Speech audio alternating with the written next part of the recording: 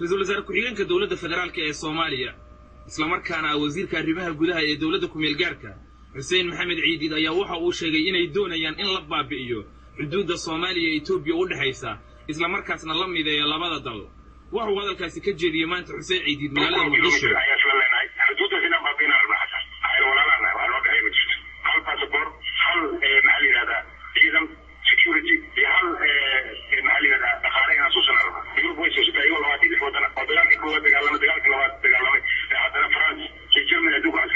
Therefore agree with your Minister Hussein Aidid that Ethiopia and Somalia should be It cannot be normal, man.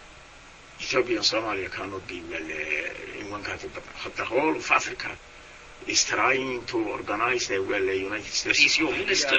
Isn't he your minister? Minister. And he's still. But you say he's not a normal man.